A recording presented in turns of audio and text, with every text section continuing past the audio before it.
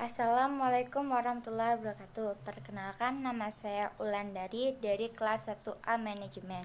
Di sini saya ingin menjelaskan tentang manajemen pemasaran dan manajemen sumber daya manusia.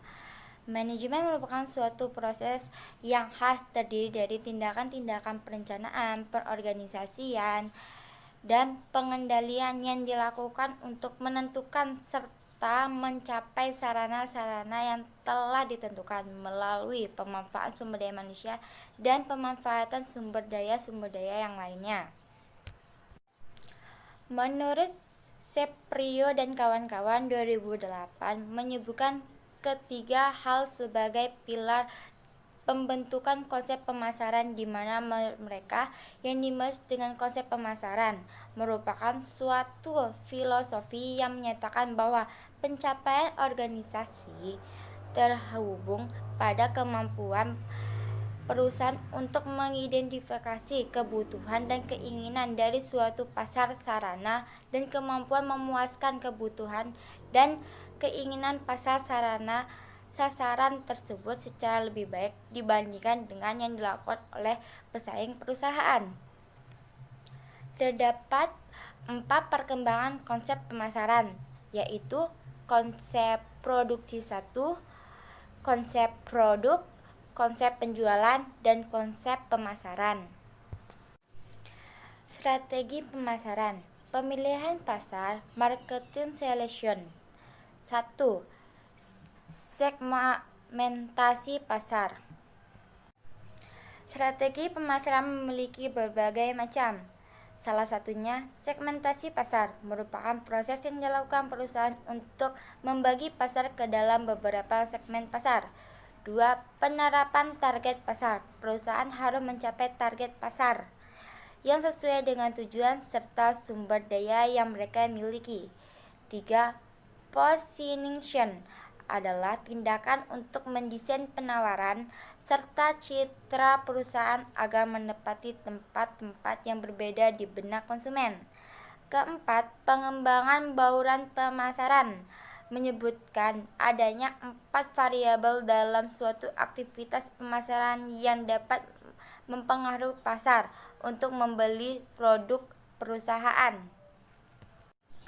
Strategi pemasaran. Strategi pemasaran memiliki berbagai macam.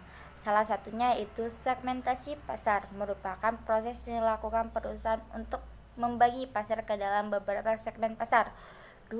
Penerapan target pasar. Perusahaan harus menerapkan target pasar yang sesuai dengan tujuan serta sumber daya lainnya.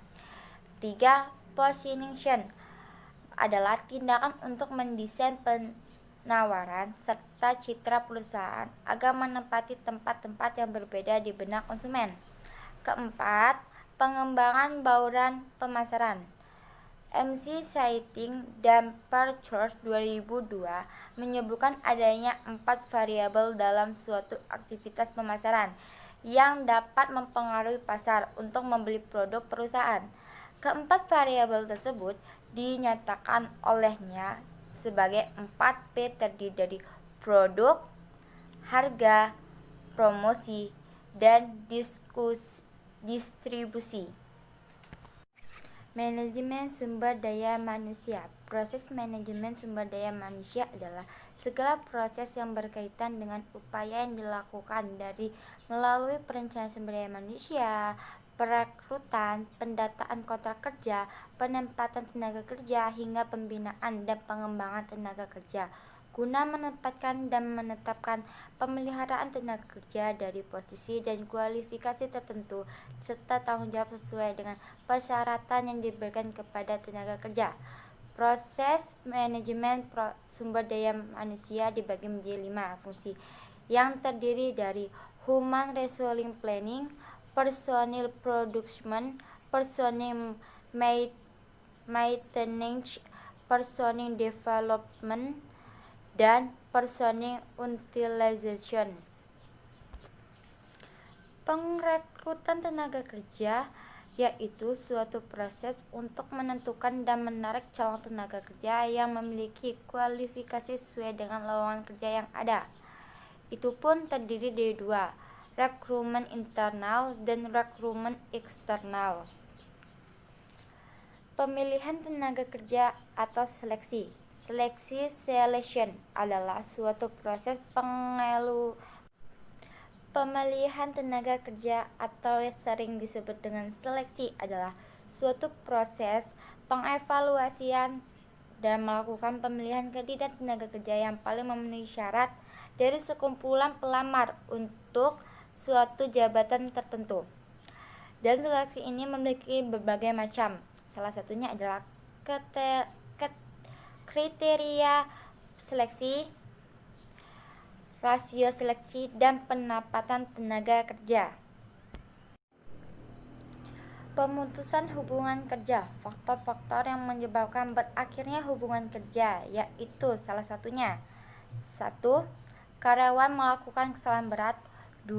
Karyawan berhenti dari perusahaan dikarenakan memasuki masa pensiun. 3. Karyawan meninggal dunia. 4. Karyawan mengundurkan diri dari suatu perusahaan tertentu. Kelima, karyawan dapat diberhentikan dari perusahaan apabila karyawan tersebut memiliki cacat permanen yang menghalangi dia melaksanakan pekerjaan yang baik. Ya, salah satunya